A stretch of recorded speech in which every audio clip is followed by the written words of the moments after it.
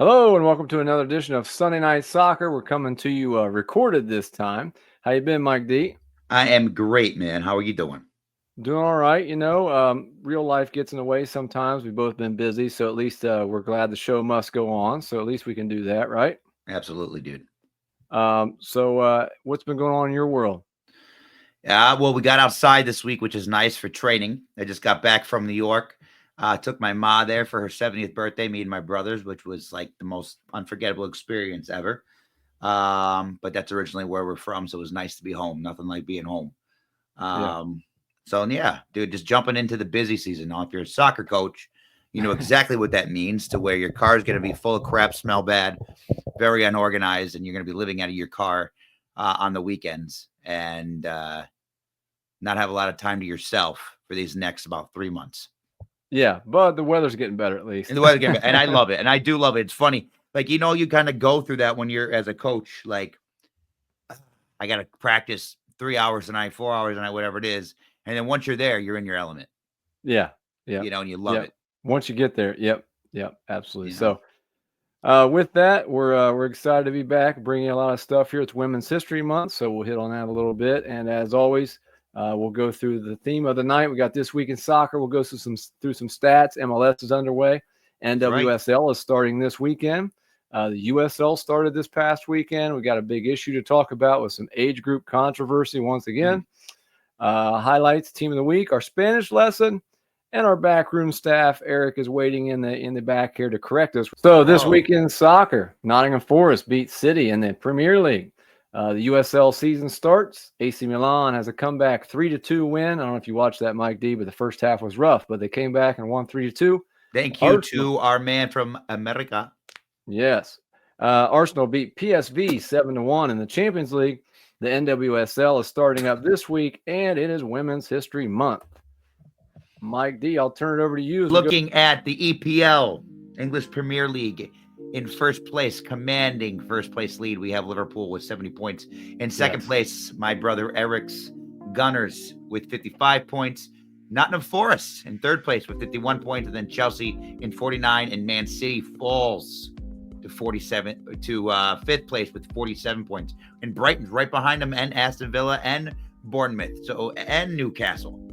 So that fourth place is up for grabs. Yeah, while Liverpool's kind of running away with it, there's still a lot left for that fourth spot. Yeah, absolutely. Moving on to Serie A, my Paisans. Inter in first place with 61 points, but Napoli right on their heels with 60.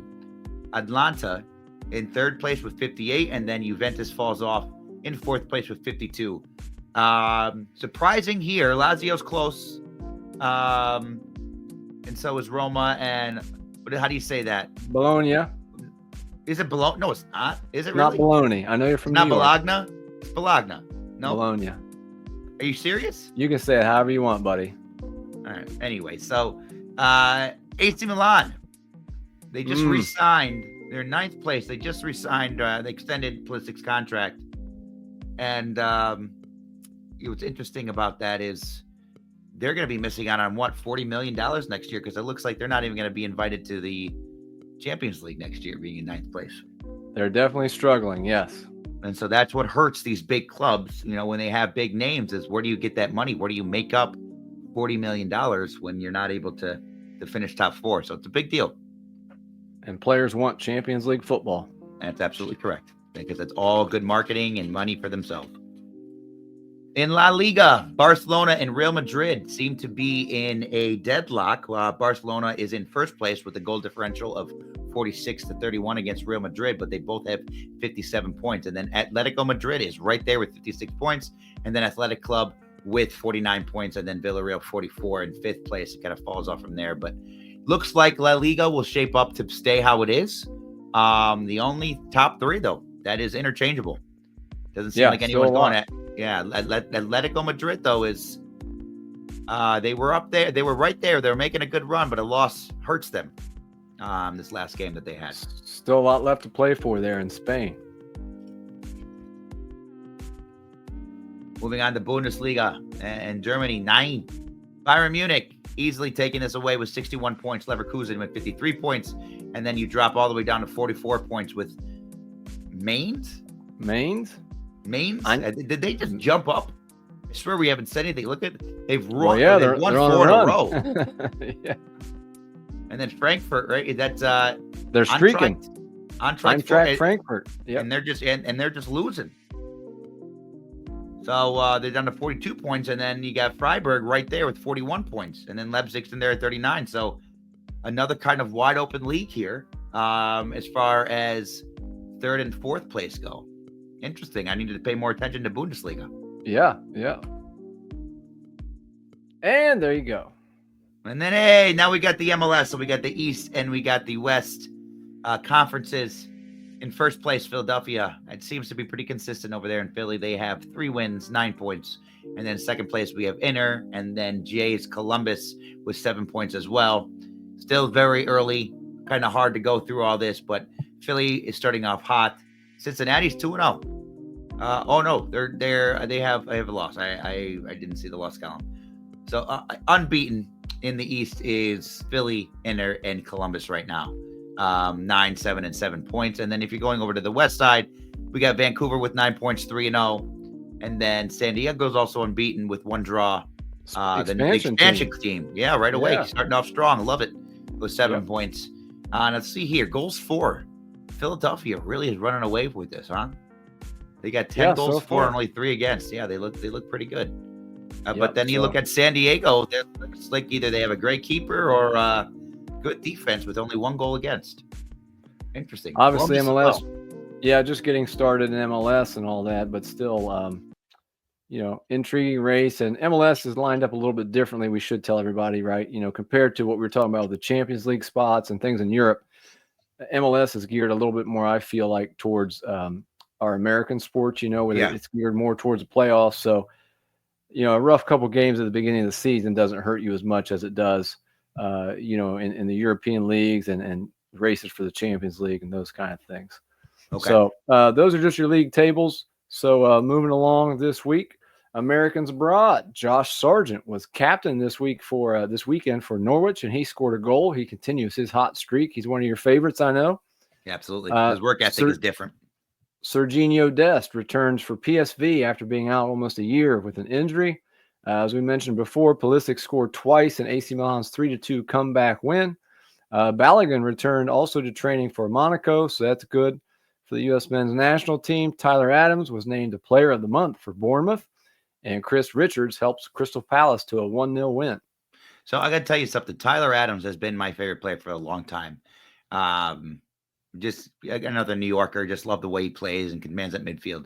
I listened to something where they said that he is one of a kind in the midfield. And this is a coach I think he was playing against, or a manager he was playing against, where he is just a menace on the field. So if you're listening to this, watch Tyler Adams. For whatever reason, he just doesn't get the credit that I believe he deserves. It's for whatever reason.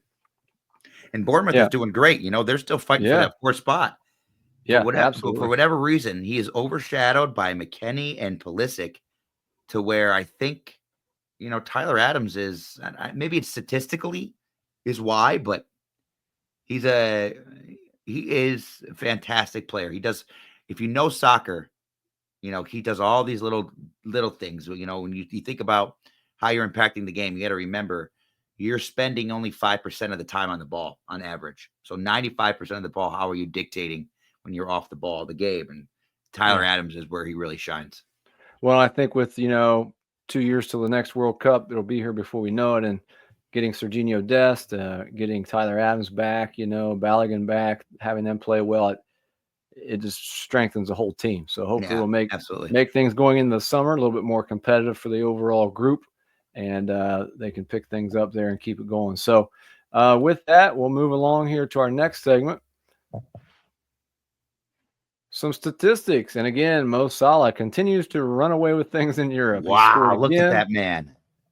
He's just running away with everything, as are Liverpool. But 27 goals, Harry Kane with 21, Redigue with 21, Lewandowski with 21, Haaland and Dembele with 20 each. And, those guys, that's still a great season. But Salah right now leaving them in the smoke right now. Isak still continue to do pretty well for Newcastle with 19, Marmoush 18, Chris Wood with 18, and Mbappe with 17. So Mbappe hasn't scored in a few, huh? Yeah, I don't think he has. No, I don't think he has. So now, there could be some mistakes in this show with our research department. That has happened, but I believe that's correct. And in assists, Salah again leading all of Europe with 17, Lamine Yamal with 11, Wirtz with 11, Saka and Olise, Marmoush, your boy Anthony Robinson there from Fulham, Damsgaard all tied there on 10 at Brentford, and then Son from Tottenham and Rafinha with 9, rounding out the top 10 there from Barcelona.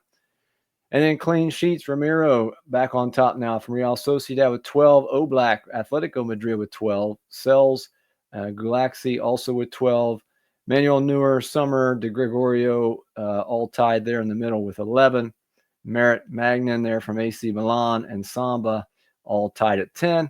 And that kind of rounds out the stats around Europe in the top 5 leagues. So not a lot's changed. Mo Salah continues to just have a great season, Just pretty much. An unbelievable season. I mean, Balloon Dior. Yeah. So on to our one of our topics of the week. We like to talk about coaching and different aspects within coaching. Mike D, we both spend a lot of time coaching ourselves in high school and in club. And this week we talked a little bit off camera. We were chatting together. We want to talk about the fact that less is more. And I think I want to get into a couple reasons for this. But a lot of times I think people, I don't know what your thoughts are, but with younger teams, less experienced teams, they feel like coaches think they should train even longer, like to kind of make up for lost time, lost skill, lost, whatever. And, the typical, high school, college, club, professional practice is an hour and 15 to an hour and 30 minutes usually, And so I think if anyone out there is watching this or ever watches this, and especially if you're a parent or someone that's getting into coaching, always remember that less is more. That's just my own opinion. And from all the older coaches I've looked up to and gained a lot of knowledge from, especially with the attention span of kids nowadays and all those kind of things and distractions, if you can get a good session in for an hour and a half, keep everyone busy, work hard, have fun, it's a pretty productive day, in my opinion. Yeah, I somewhat disagree with you. In the sense that preparation is preparation, and it's hard to put a time measurement on it. And it depends on what level. I agree with you in the sense when you're talking about younger kids and they're learning to develop the game, you have to make sure that you have their attention the entire time. And that's why I give so much credit to coaches that are coaching the U7, U8 level, U9 level, because attention span is a very challenging thing. So you have to get creative on how you're mixing up the drill and how you're doing something to keep their engagement. And not to shy away when you have their engagement and they're enjoying and they're competing and you're seeing something that's developed in their decision making and technically, to not run away from it, just to let it go. Too many times I think we go in there as coaches, and this is where less is more, to where if something's working and we made this plan and we want to see this plan through, it is okay to let what's working work and not have to overcoach it.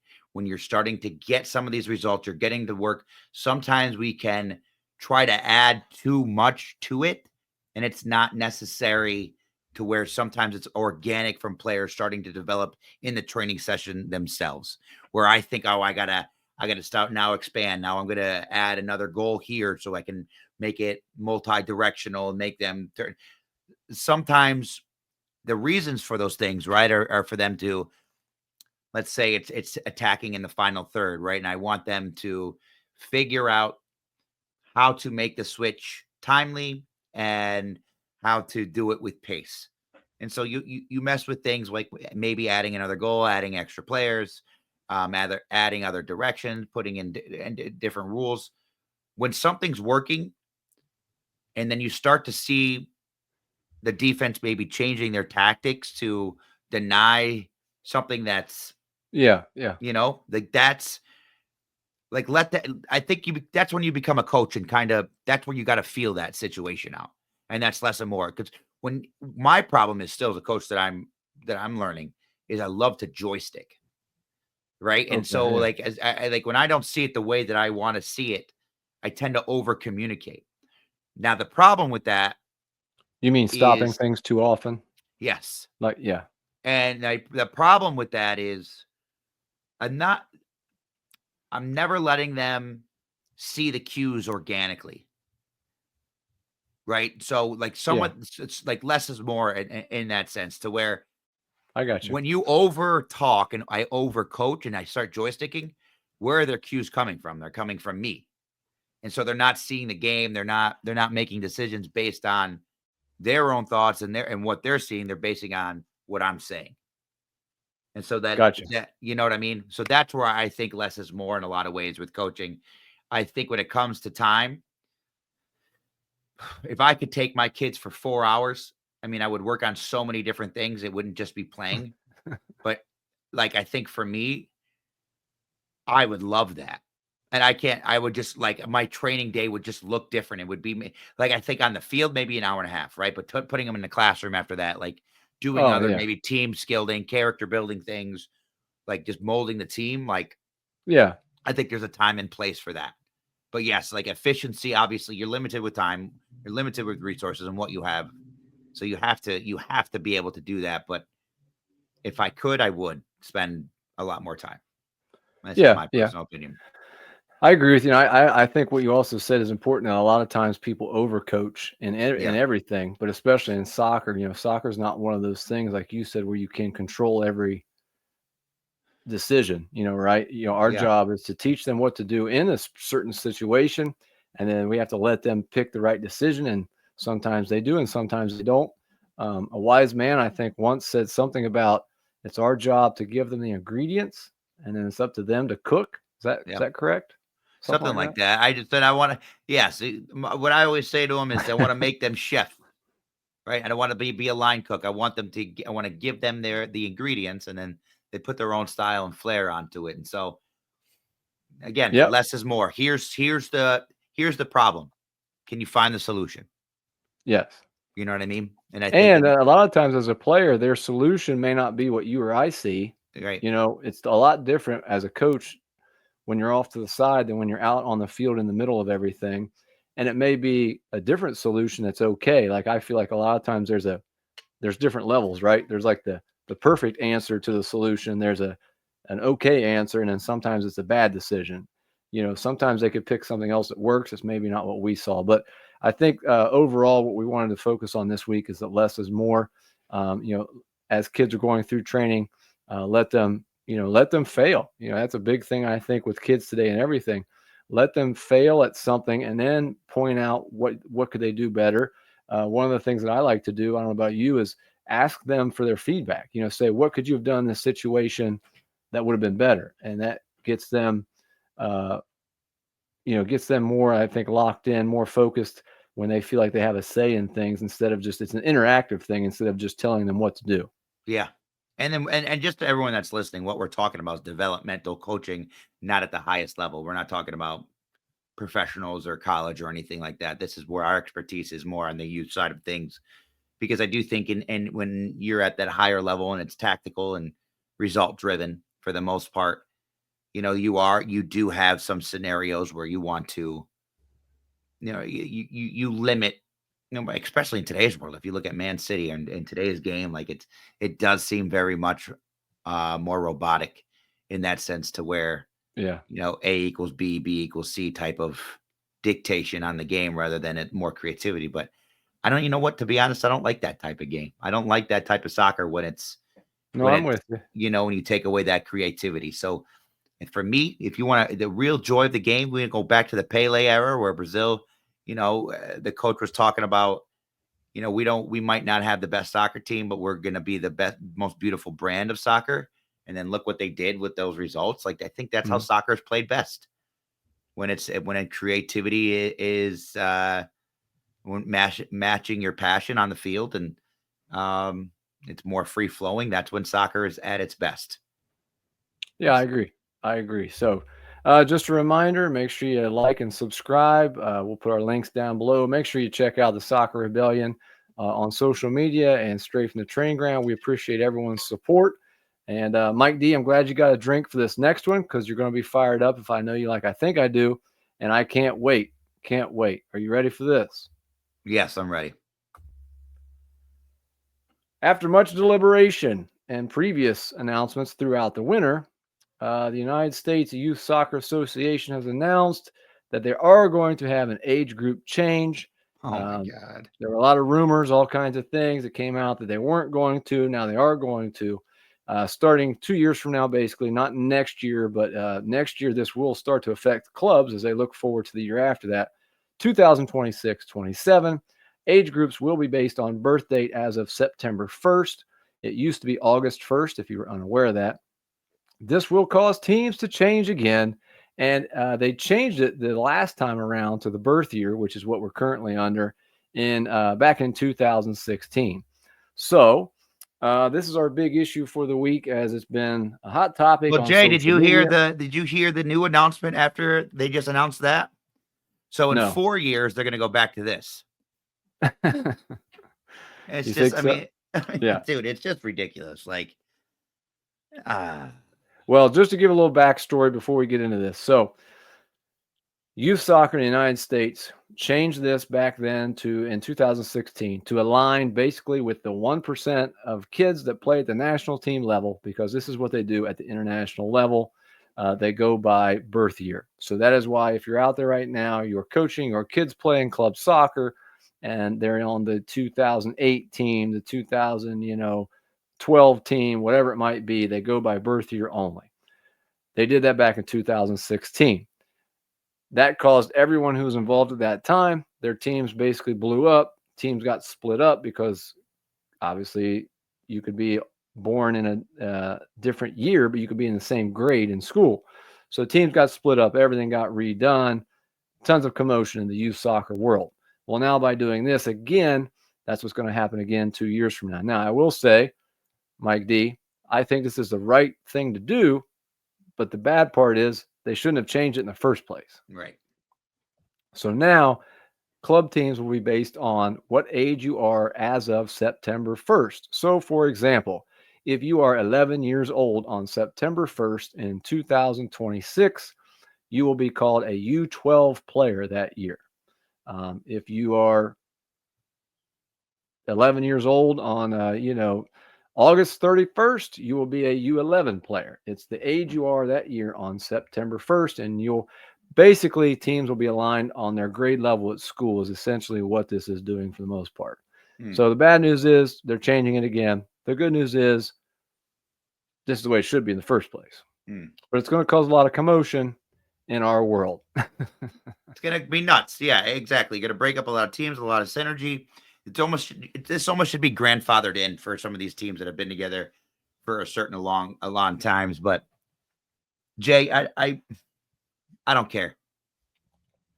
I don't care anymore. The headache of the Federation is just beyond me, dude. I just cut to commercial. No, it is. I mean, like, here's the thing. And for parents, I would love, if we're recording this. So once this is out there on YouTube, if you're a parent out there and you've been involved in this already the last time around, please put your comments out there because we would love to hear from you. Because, as coaches, we were part of that stuff. And if you don't understand what we're talking about right now, it completely discombobulates everyone's club team. So if you're on a U10 team right now, 2 years from now, right, your entire team is probably going to just fall apart and have to start over again. It might not, might be the majority might be able to stay together, but it's probably going to be split up and you're going to have to start all over again with a new group of people to form a team. And there's nothing you can do about it. That's just the way it's going to be. Yeah. So, like I said, please send us your comments. I would love to hear them and love to have a good conversation about that because, I went through this as a parent and a coach. It's stressful. You and I, coaches out there, you're going to get tons of questions over the next year or two from parents. Can't even imagine what tryouts are going to be like as parents, are trying to figure all this stuff out as well. And it's just the way it's going to be. So basically 2 years from now, your club team is going to be the majority of everyone that's in your grade at school. And it would be based on your birthday or your age, as of September 1st. Yeah. So have you had enough, Mike D, or you want to continue? No, I just remember when that first happened. I remember how many phone calls I got when after tryouts were and all that, and like, oh, what is happening? Like, as much as you try to educate before going into the tryout, people are going to be Yeah. like, what just happened? Yeah. You know. So, All right. so it's very, very I'm done. difficult. But with that, we'll move on to the next one. I hate that So- that's giving me stress already. You know what I mean? Yeah. Yeah. So it is what it is. We'll deal with it. Yeah. But that's the big news in youth soccer this past week. Yeah. Highlights. We have a lovely highlight video here for you, Mike D. I'll let you take it in honor of Women's History Month. So, in honors of Women's History Month, we are celebrating the wonderful women of the Bridge Street League and the Soccer Rebellion, as our initiative is to create equal playing field for women. A lot of the experience that we have encountered traveling across the country is that women have co-ed or nothing after competitive level of play. So there's not just a lot of women specific, and they prefer it to be more women specific because it just kind of evens the playing field and it allows them to be able to be creative in their own space, not a space that's dictated by men. And so it's very important to us. And we salute all the women right now that are trying their hardest and putting in the effort to equalize this playing field and create more opportunity for women to play with women in leagues, pick up whatever it may be. So this is to you. Salute to you.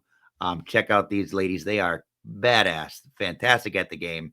And I dare say that there's just a different swagger to the way that they play. With the USL starting this week, we're going to give a shout out to a USL team as our team of the week. Good friends of mine here at the Louisville City, off to a good start. And I thought we'd just give them a shout out. So if you're not sure what USL is, it's the second division of professional soccer in the MLS. Maybe not for long, Mike D, but they're the second division Forever. underneath MLS. So Louisville City got off to a win. They're in the USL Championship division, like we said. So casual sports fans out there, think AAA baseball. And again, just want to give a shout out to them. They're off to a good start. They got a 2-1 win against Charleston, and their next game is at Birmingham Legion. And Louisville City is coached by Danny Cruz. So congratulations to Louisville City for being team of the week. Is this the real picture of the team? Yeah, real picture. Because I'd like to know what the guy in the far left is looking at. And then what is this guy on the far right? Like, what the guy was kind of looking over his shoulder, like, like it's a very peculiar picture. I feel like I want to hear in the comments people caption this photo. It's a great photo. Don't get me wrong. I just want to have a little contest. Looks like a pregame speech, maybe, getting the team. It does look like he's speaking. Yeah. Niall McCabe, he's been on straight from the training ground right there. Hey. So, very cool. All right. Welcome to our Spanish words of the week, based on our lack of Spanish and our continual efforts to improve it. The word for spring is la primavera, Mike D. Spring is upon us. La primavera. Times have changed, my friend. We set the clocks back or forward. Thank goodness. It's not dark at 5 o'clock anymore. Yeah, I know. And like you said, we're all back outside, hopefully now for a while with practice and things like that. So spring, la primavera. La primavera. I have been using Spanish much more intentionally lately. So I'm not studying as much, but I am, when I have the opportunity, using it more. All right. There you go. There you go. So, all right. Without any further ado, the favorite time of our show is when our backroom staff, Eric, shows us all of our errores. Eric, please point out, did we have a perfect game? No, not even close. Oh, great.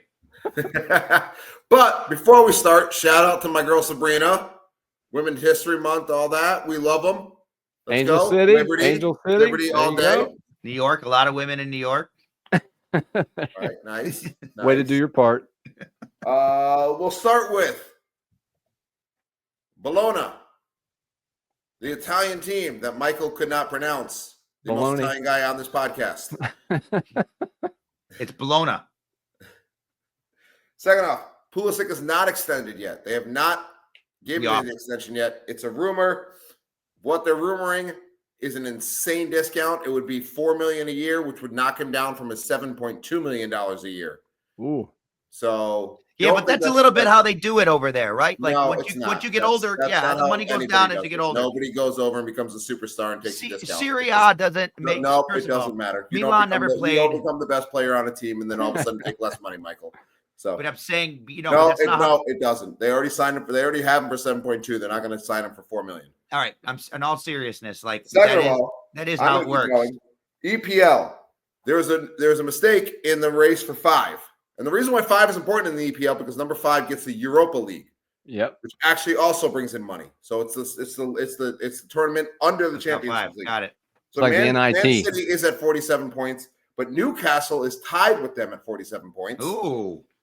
BHA is at 46. Austin Villa is at 45. What's interesting about them is that they have a -4 goal differential. So somewhere they're getting spanked, but they win a lot of games. And then Bournemouth is rounding it out at 44. Okay. Good to know. Good job. Untalked about, but I think it's very important to bring up. PSV has actually offered compensation to any fan that was at that absolute drudging by Arsenal, where it was a 7-1 victory, highest victory in Champions League history. They are actually saying, we're sorry, fans, and they're going to give them money back. That's awesome. Very important that we all hear about that. We asked if anybody was listening about Tyler Adams. I would like to add Tyler Adams. If you're listening, we love you. Yes. Tyler Adams, we do love you. We got free merch for you your whole life if you want it. Jay said that it isn't that the next World Cup is in 2 years. It's actually next year, but that's okay. Oh, okay. We're still kind of coming across into year and a half years. Yeah, so we're still going to do that. Liverpool are massive cheaters. Mbappe actually has 18 goals, not 17. Oh, okay. I want to personally throw in there that Arsenal has 24 goals against, which is the highest in the EPL or the lowest in the EPL right now. That's pretty good. Next is Liverpool at 27, but again, they cheat, so most of their goals are coming back because they're paying VAR. And my last question, and it only goes out to you guys, is why is my man Edwin the main picture for the big issues? Don't ask me. What that guy? Edwin's not there. This is a cool picture with him and a bird. The DC. What do you mean? What's wrong with that picture? What says the big issue more than that? I'm just saying, man. I love Edwin. Maybe we don't want to knock him up with issues. All right. It's not an issue. It's the topic. It's a big topic. Thank you, Eric, for our backroom staff pointing out all of our errores. As always, we appreciate it. And until next time, make sure you check out the Soccer Rebellion. Make sure you like and subscribe. And until next time, we'll see you on Sunday Night Soccer.